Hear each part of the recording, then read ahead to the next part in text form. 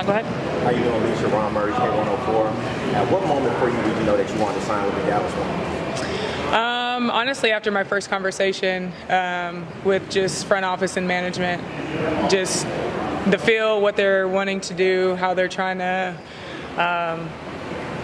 turn this organization around was something that was really exciting for me. And just obviously the teams and environments that I've been able to be a part of, I felt like could be really beneficial here too. Alysha, just from a visiting player, how did those thoughts about Dallas Wings compare to now being a Dallas Wing? Yeah, I think just from day one coming in, like you feel a different air and just understanding what it is that Jose's wanting, the standard that he has set, and the standard that he's holding us all accountable to and that we're holding ourselves accountable to. And so I think just from day one, you can feel there's a different air in here, and it's something that's super exciting for me. Case, go ahead. Yes. Hello.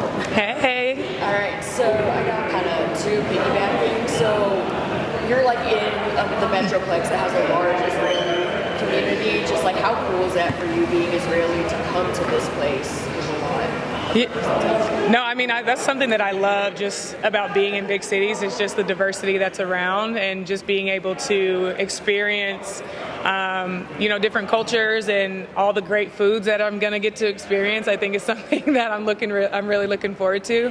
But it's super exciting to have that diversity here for sure. Dorothy, go ahead. Let's go Dorothy and then we can try to get back.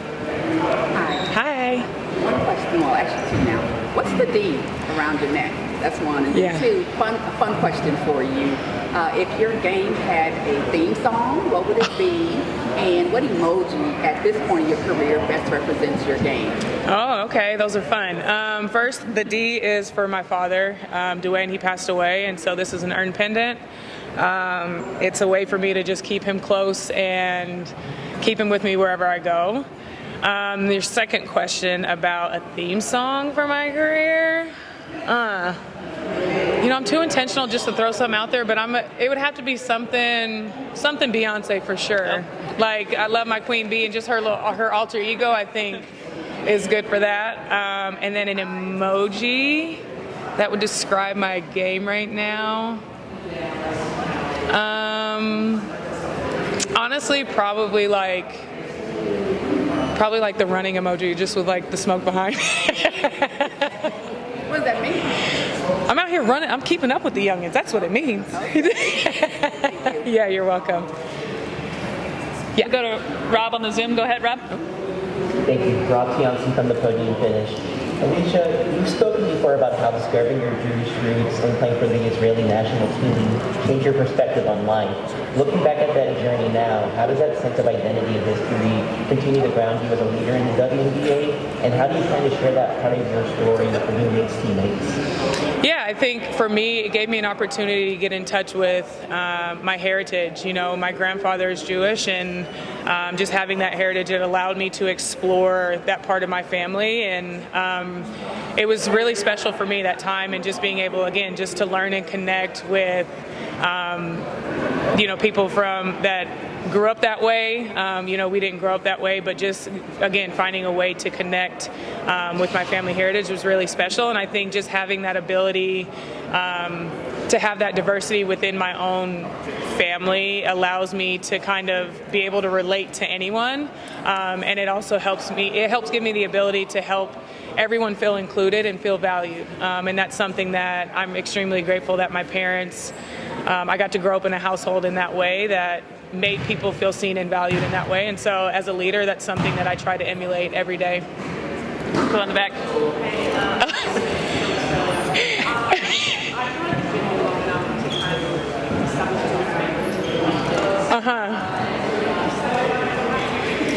Oh, wow.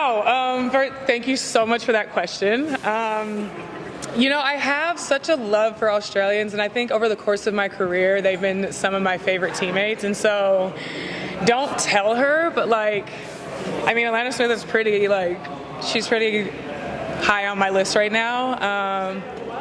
I would say number one, but it would really be number one if she took me out to eat or something. That would really put her in the number one spot.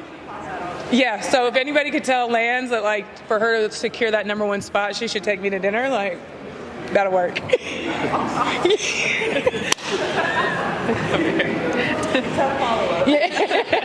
love a follow-up. You've been in this basketball journey for a while now, so for young athletes that are trying to find a good support system around them and good friends, what advice would you give? It's a great question. I think for me, I found through this basketball journey that, like, my support system has come within my team dynamics and really leaning into those friendships. You guys spend so much time together. You spend more time with your teammates than you do your own family. And so even to this day, like, some of my best friends are players that, you know, some of my teammates from high school. And that's just such a special connection because you guys are going through the same trials and hardships, etc. And coming out on the other side to be better is amazing. So I think just leaning into your team dynamic and starting there is a great place to find that community. We'll go last one, Andrew on the Zoom. Go ahead, Andrew. Thanks for I'm going to ask you what the Paige have to pay you off in terms of the half-court shot competition and everything, and how would you describe your return? It's great chemistry with the CBA, you know, playing the cool though. Yeah, Paige lost shooting half court. I actually gave her 2 attempts too, by the way, because she said the first one we're not going to go there. But either way, I won. I love free money. And secondly, me and Breezy, man, like, she and I throughout the just entire negotiation was, all right, I think just getting to know her on a deeper level and having somebody that can relate to you as a player in the career.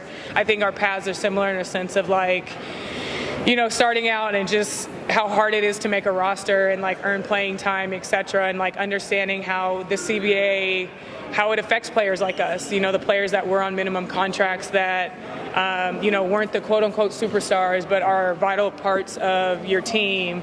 And so just, again, getting to know her, pick her brain, and I mean, she's an extremely intelligent and hilarious person. If you guys haven't gotten the opportunity to get to, you know, vibe out to her sense of humor, you need to. But no, it was great, just bouncing ideas off of her. You know, we called her Breezy Hidden Figures Turner because she just brought a lot of things when it came to numbers and salaries and percentages. She brought those to life for us to see. But yeah, that CBA wasn't done without Breezy there. And I'm just happy that she and I got to be a part of history.